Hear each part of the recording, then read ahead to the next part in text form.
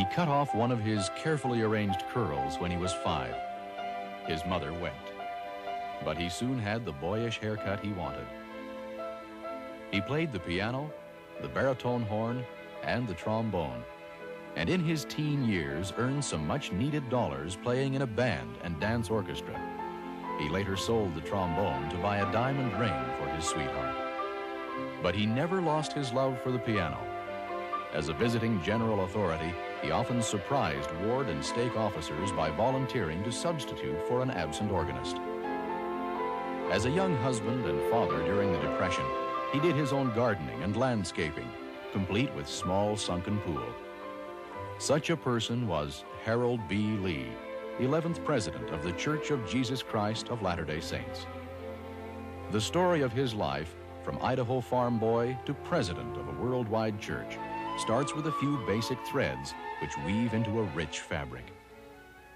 He was born in Clifton, Idaho on March 28, 1899, to Samuel and Louisa Bingham Lee. He learned very early the value of work. "We began to do chores," he said, "shortly after daybreak so we could start with the day's work by sunup. When the day's work was finished, we had yet to do our evening chores, usually by the aid of a lantern." He also learned very early the importance of listening to the Lord. One day when he was a little boy, he decided to explore some sagging farm buildings.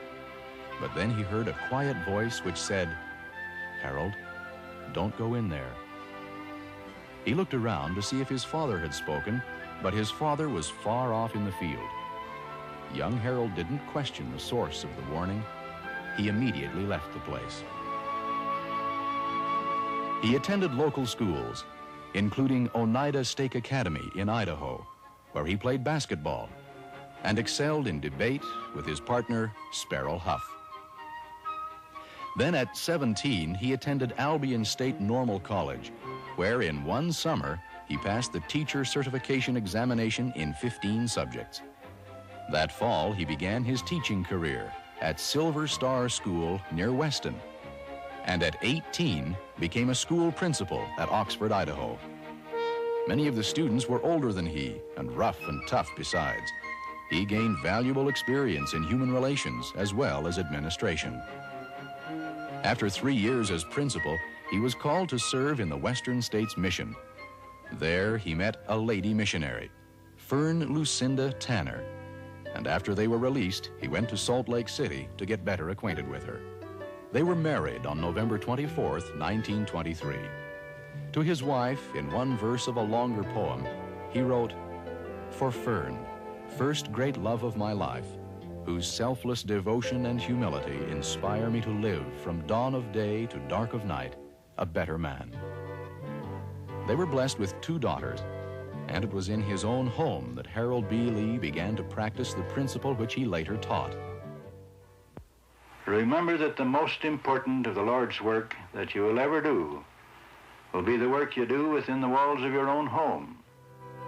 The Lord's work, which Harold B. Lee performed, encompassed not only his home, but many church assignments. Then, at the age of 31, he was called as president of the Pioneer Stake in Salt Lake City. The year was 1930, and the cloud of the Great Depression was settling on the world. Over half the men in his stake were out of work. He had empathy for their problems, born of his own experience. He said, "I have come to know you intimately. Your problems, thank the Lord, have been my problems, because I know, as you know, what it means to walk when you have not the money to ride. I know what it means to go without meals, to buy a book, to go to the university. I thank God now for these experiences." But Harold B. Lee had also had experiences which helped him find solutions to the problems. He had often helped his father, the bishop, load grain or clothing from their own storehouse to be taken to a needy family. This same sense of compassion and preparedness guided President Lee in developing a self-help program for the needy and unemployed in Pioneer Stake. He also promoted a building project to provide a recreation center for a stake-wide program, and he instituted specialized classes in leadership development and teacher training, later adopted worldwide by the church. While serving as stake president, he also served as a commissioner of Salt Lake City. But on April 20th, 1935, he received a call from the first presidency that resulted in his release as stake president and in his resignation from the city commission. He was called to develop a church-wide welfare program to turn the tide from government relief and to help put the church in a position where it could take care of its own needy. Later, he described his feelings on the day after his call as he took a solitary walk in a secluded park. And there, all by myself, I kneeled down in one of the most humble prayers. Here I was, just a young man in my early 30s. My experience had been limited. I was born in a little country town in Idaho. I had hardly been outside of the boundaries of the state of Utah and Idaho. And now to put me in a position where I was to reach out to the entire membership of the church worldwide was one of the most staggering contemplations that I could imagine.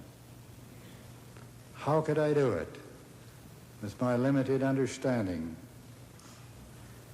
As I kneeled down, and my petition was, what kind of an organization should be set up in order to accomplish what the presidency had assigned? And there came to me in that glorious morning one of the most heavenly realizations of the power of the priesthood of God. It was as though something were saying to me, there is no new organization necessary to take care of the needs of this people. All that's necessary is to put the priesthood of God to work.